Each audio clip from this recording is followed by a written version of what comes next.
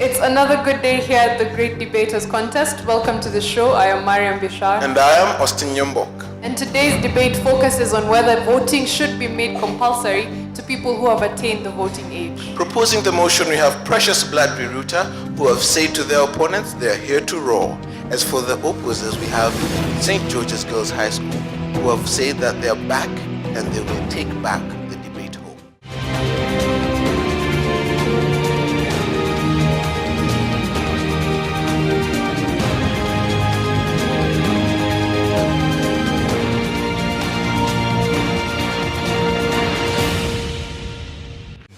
The motion this week is, voting should be made compulsory for all who have attained the voting age. Proposing the motion, Precious Blood Riruta. Opposing the motion, St. George's Girls Secondary School.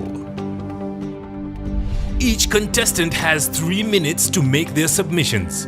The audience also gets a chance to put their questions to each team. Each side will have an additional 1 minute to make a final statement. The judge's decision is final.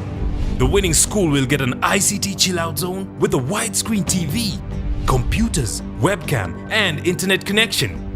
The teacher from the winning school gets 100,000 shillings courtesy of Chase Bank. The winning students each get a laptop and modem courtesy of Safaricom, a gift hamper from Hako, and a gift hamper from mimi.co.ke. And together they all win the title, The Great Debaters. May the best school win! Proposer number 1, you have 3 minutes, you may begin. Lyndon B. Johnson once said that a man without a vote is a man without protection. Jedida Rakwar, Precious Blood Riruta Secondary School. So what is voting? Voting is a formal expression of your indication of between two candidates or two causes.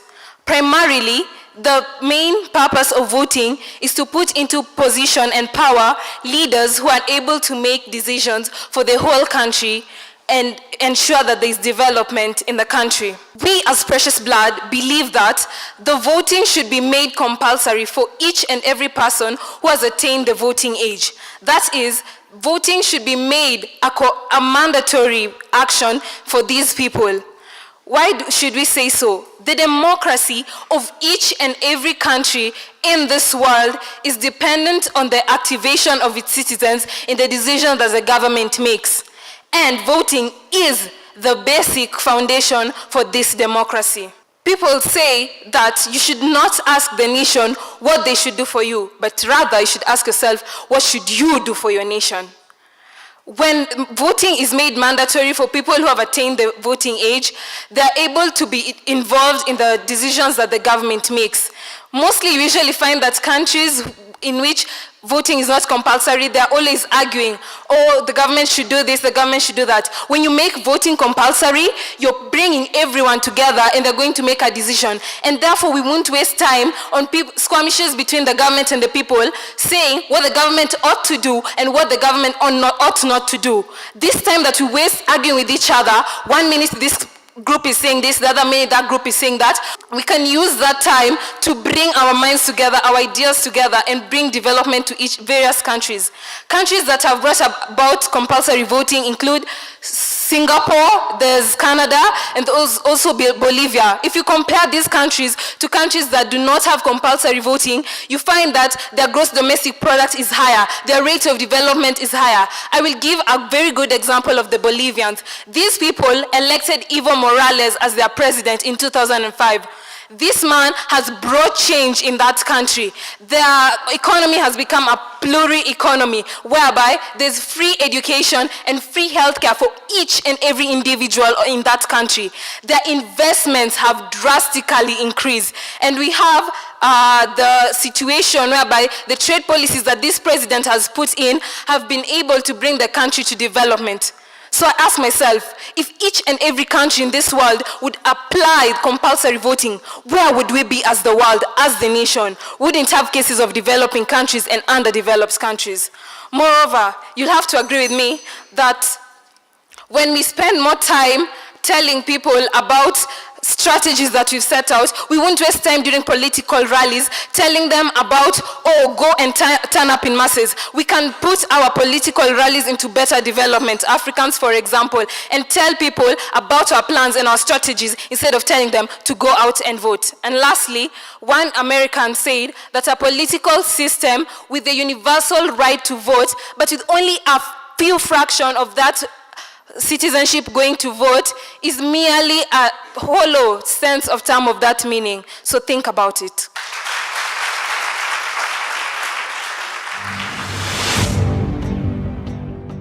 First opposer, you have 3 minutes for your opening remarks. From the St. George's Girls High School, my name is Michelle Ugutu, and I am here to oppose this motion that my fellow opponent has stated. First of all, we need to understand, democracy is the government of the people, by the people, and for the people. Why should we force people to do something, yet they're the ones who are supposed to decide what they want to do and who they want to choose and whether they want to choose the person or not? First of all, you gave us the example of USA. Yes, they said what they said, but let us check. Does the USA government force people to go and vote? Of course not. But you know what? They're developed, exactly. Then, again, you're the one who told us that we are put in the position to vote so that the leaders can, the people can choose the leaders they want who will bring development. Fine, but just think of this. When people do not have the knowledge of that the political position in the society, and you force them to go and vote, yet they know nothing completely about politics. This will lead to wrong decision making, and they might end up choosing even the wrong leaders that will not bring that development. People might end up just following the crowd because you know what the government said, let's go and vote. So what? I'll vote as long as what the government said, but they won't vote really interested in whether or not that leader will help them or not. Now, on to my first point. Instead of the government forcing people to vote, they should actually bring education to the people. First of all, we need to understand, why are we voting? How is our voting important to us? After bringing that education to the people, then the people will know why they're voting, and they will be able to even choose the people that they're voting for. Let's give an example. All the time, if we have ever noted, our country always brings education to the people before votes. And we see that there are normally so many turnouts in some regions. For example, in the central, people normally come up a lot because they know why my vote counts. This is my vote. And giving you an example of North Korea, he was the only presidential aspirant by name Kim Jong-un. He made voting compulsory, yet he was the only presidential aspirant. This one is actually leading to dictatorship.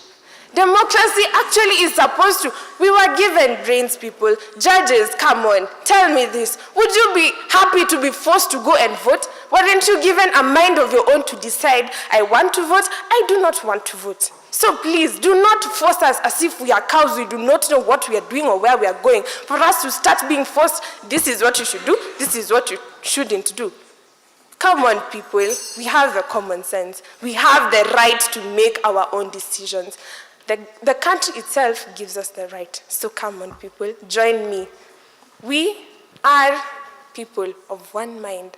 We have our 5 common sense. We can use them without people telling us, use your common sense.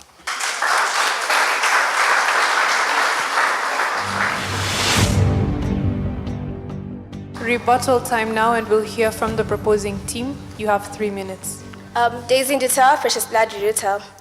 First of all, the opposer said that the citizens have freedom to vote. I'd like to inform you that freedom comes with responsibility. And within the same freedom is where you will choose the right leaders. You might have the freedom not to choose, but aren't you the same Kenyans, aren't you the same Africans that go argue that the government is doing nothing about education, yet you're not voting for the right leaders to give you education?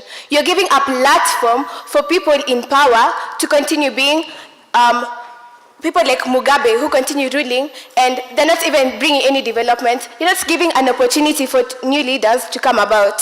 Another point, you're comparing USA and saying that you're comparing USA to other countries. You can't compare USA to Africa. USA gained independence long time ago. They have stabilized the political sector. You can't compare the policies that USA has to other countries. And I'll move on to another point. When you have compulsory voting, it promotes democracy. As my opponent said, democracy is a government of the people, by the people, to the people. And by promoting democracy, it is a right for every citizen in their country to actually vote. Because how do you expect the government to know the things that you need? It is you to vote for the right leaders, and those right leaders to implement what you want them to implement. There's also diversity. When you have the same leaders in power, that's why we get dictators, people who don't want to give power to other people. How will the youth who are told to be the future leaders of tomorrow exercise their leading qualities? I'll be there, a youth, but then because there are other better leaders and the other people who want to stay in power, I will not get an opportunity to represent the views of my fellow youth and other Africans who want to move on, and other members of the world who want to move on as a country and as a world. Voting is also an ethical obligation. It ensures renewal of commitment of these leaders. Every time before elections, there are campaigns. These leaders usually give you promises. I will give you education. I will make the roads better. How many leaders in Africa, how many leaders in the world have implemented this? You can count. How many? They don't even reach 100, I am so sure. Then I'd like to leave you with a quote. I'd like to give you a quote. The right to vote is only meaningful when you use it. Why should you be given a right to vote then? It's equally good to say we just sit and whoever wants to lead the country or whoever wants to lead the world to take control. It will not work. Where are we heading? Nowhere. I'd also like to add that voting is a primary rule, and when you make it secondary, it's making it optional. There are definitely going to be loopholes, and when there are these loopholes, the only people who will fill these holes are corrupt leaders. Do you want corrupt leaders? I don't think so. And I will give you an example of Bolivia.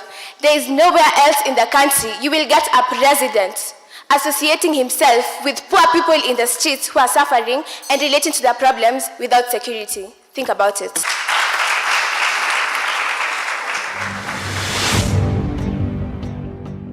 Opponents, you may give your rebuttal. You also have 3 minutes. I am Mary Mwangi from the St. George's Girls Secondary School, Nairobi, and I am here to oppose the motion that has been stated by our proposers. First and foremost, I would like to refute my proposers by asking them, how will making me a citizen vote? How will it influence my leaders? How will it make sure that they come back and fulfill their promises? Ask yourself. How? Second of all, how does making me vote, how does forcing me to vote promote democracy? I do not understand. For I believe that democracy is for the people, by the people.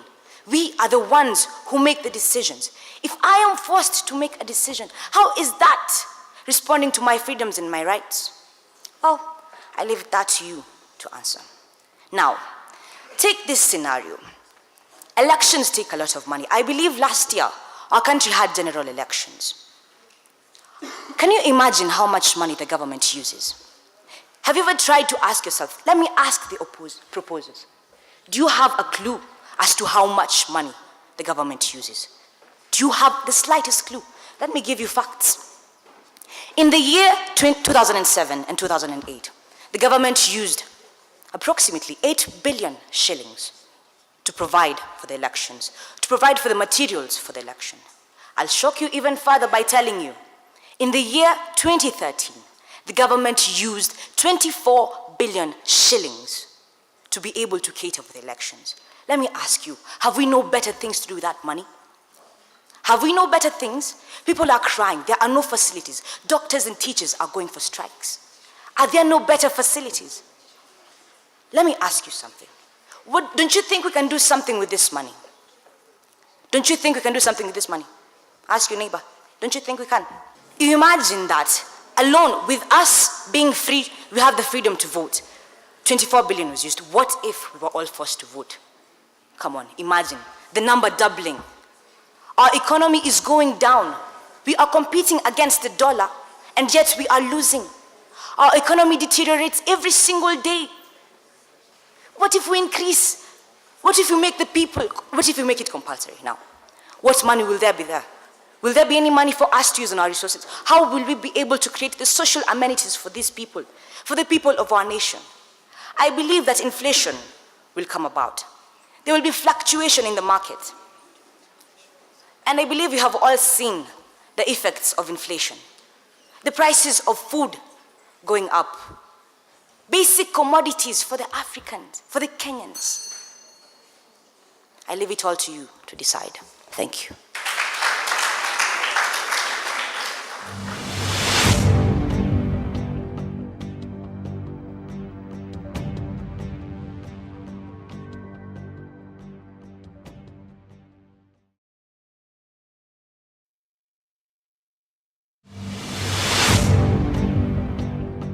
May we have 2 questions for the proposers?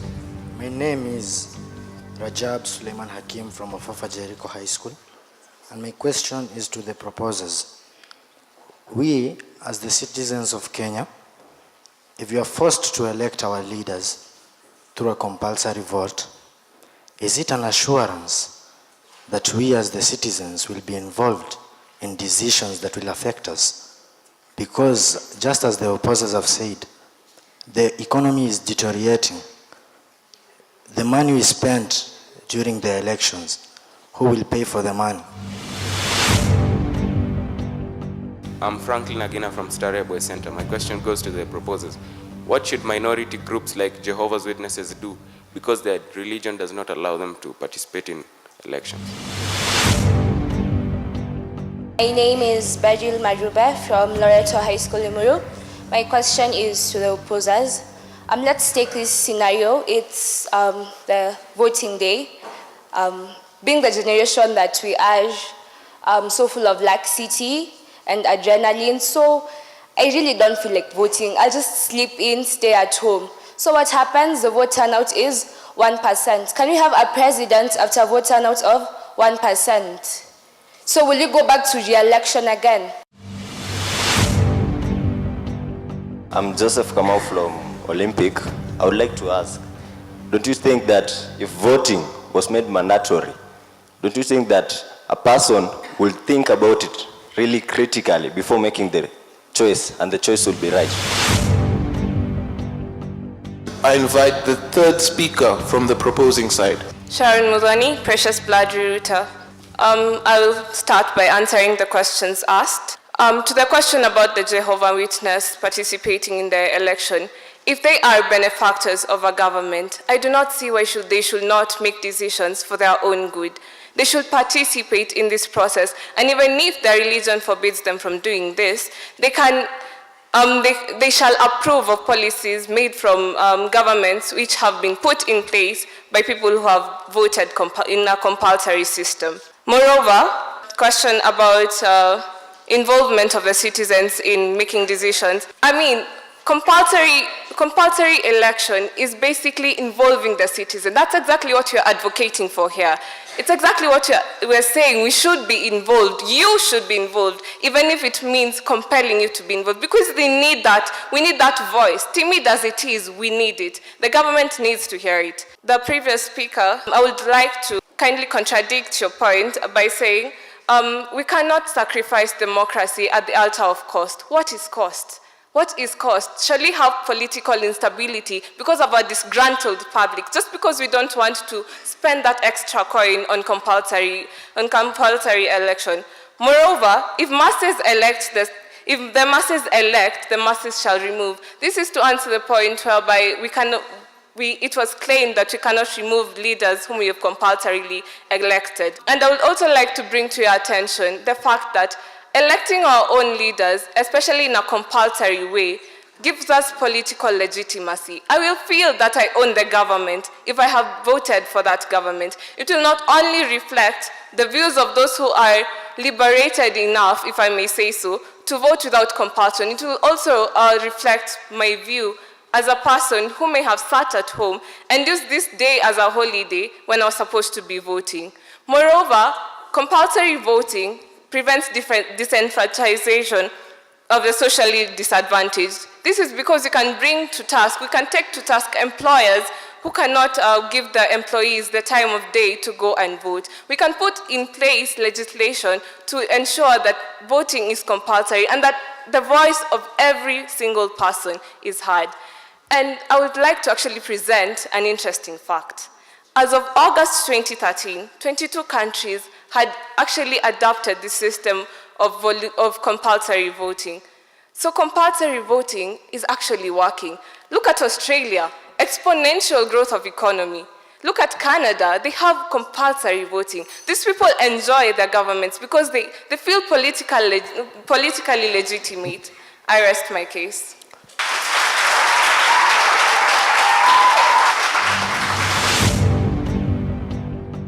May we have the third speaker from the opposing side? I am Efiloy Sekinyi from the St. George's Girls Secondary School. I would like to answer Marube from Loreto Limuru. Your question, I have the direct answer to it. One of our female leaders, known as Martha Karua, said, there is no point to waste billions holding elections when the executive already has settled somebody who will eventually win. So why would you vote? And yet, they already know who is going to take it. Why? You will vote. Secondly, I would like to answer my opponent from the other side, from Olympic High School. Voting should not be made compulsory to anybody. That is why I am standing here. And I will strongly affirm to the fact that this is infringing on people's rights. Why would I infringe on your rights, Madam Booker? Why? You are a citizen like me. So why should I force you to walk there helter-skelter? I am going to vote for a leader who will guarantee me benefits that I have never received. Judge Major, have you? No. Fine, let me move on to my points. With the proposers, I agree to disagree. Yes, let there be compulsory voting, but it will only improve the low turnout, but will not affect the problem, the root problem, what people actually have about politics. Will it? I am going to vote yes. But people here, what we are trying to focus on is educating their people. There are solutions, like educating the people. In secondary level, history and government, you can start from there. We learn about voting. Why should we not continue teaching the students the benefits that they acquire, the merits and demerits that they are going to receive once they vote? Or rather, how about educating the public on how politics affects them? Judge Shege, have you been educated? Have you? Well, fine. Yes, I have agreed to disagree. But my question is, if we allow it, it will only, yes, improve the low turnout. In essence, it's just relieving the side effects without curing the disease. People, my people, it is about you and I. We need a government. We need a nation that is strong. Thank you.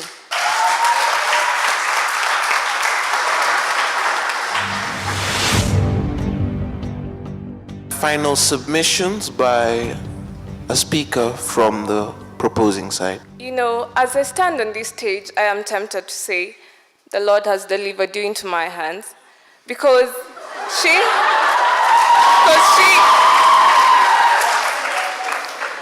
has just said we need a strong government. How on earth are we going to get a strong government if you do not decide for it? How are we going to get a strong government if you sit down at home and watch TV the whole day? My people, we are faced with decisions every day of our lives. We have to take responsibility. Voting is one such responsibility. And shirking from such a responsibility is just too costly a price to pay. We cannot afford. That's how we end up with weak governments, by the way.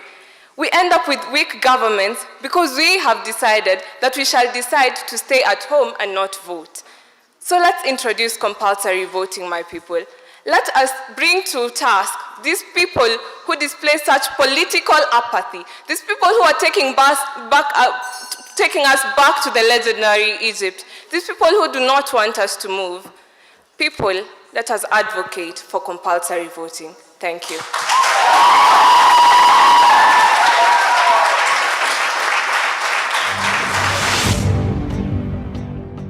Member from the opposing team to make a final submission, please. Yes, she has supported us by saying you decide, as in you decide. As a citizen, I mean, you are on our side. Why should you make it compulsory and yet you're saying you decide? Decide. I mean, it is there. It's a sin. I decide. That means they are saying that it should not be made compulsory. Forceful measures. It is you to decide. You decided. Fine. In the world stand. If the world stands, stand out. If the world stand out, outstand. If the world outstands, be the standard. We can only be the standard by not being forced to do things that we are against. 80% of the people avoid thinking. 15% think that they are thinking. And only 5% think actively and productively to control the mass. We all ought to fall in the 5%. We should not let anybody infringe on our rights. I rest my case. We are not meant to be forced to vote.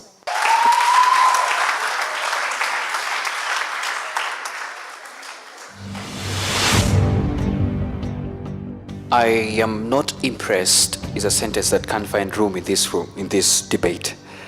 So I'm really impressed, in other words. I know this is a tense moment for the entire House, but what's got to be done has to be done. So Jedida, very catchy introduction. That's Precious Blood. Very catchy introduction. You're simply good. However, check on your time. When the bell goes, the second time you should have been done. Daisy, good cross-examination, good mastery of language and coherency of argument as well. You also make a very strong second speaker. Sharon, very good speaker as well. Very safe way to tackle your questions, cross-examined as well. Good use of time and also good ending remarks. That was commendable and I commend your team. Michelle, very good, a very composed young lady. However, when the bell rang, you should have stopped. And you had many points at which you could have ended the debate without belaboring the point. When it's something good, like a good movie, and the resolution, the climax of the movie has been shown, it's time to end. You don't go on and on and on. Mary, nice to see you again. You have grown as a debater. Very good use of statistics, I loved that, and your presentation was very thought-provoking. Effie, again, you connected with us, and I love the fact that you're using your strength, which is a smile, because that helps you connect with the audience really, really well. Just one comment. I think I have noticed, and not just in this debate, but in others, that you're using the sentence connector, moreover, moreover, moreover. And I can almost start the next sentence for you. At some point, I think one of you did it and I laughed. I think there are more connectors than moreover. All the best to the two teams. My heart is actually racing before I can even. My heart is really racing. To vote or not to vote, that is the question. It reminds me of Shakespeare, to be or not to be. That is the question. St. George's, Precious Blood, I'm spoiled for choice. The teams are good. Both of you are good. Thank you. Precious Blood Reruta, 72.8%. Give them a round of applause, please. St. George's Girls High School, Girls Secondary, 72.2%.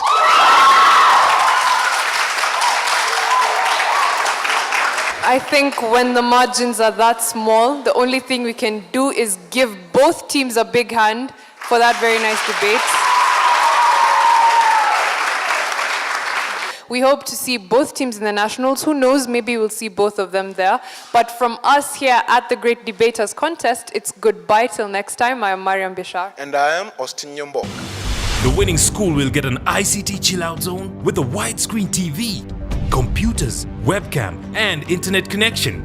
The teacher from the winning school gets 100,000 shillings courtesy of Chase Bank. The winning students each get a laptop and modem courtesy of Safaricom, a gift hamper from Hako, and a gift hamper from mimi.co.ke. And together they all win the title, The Great Debaters. May the best school win!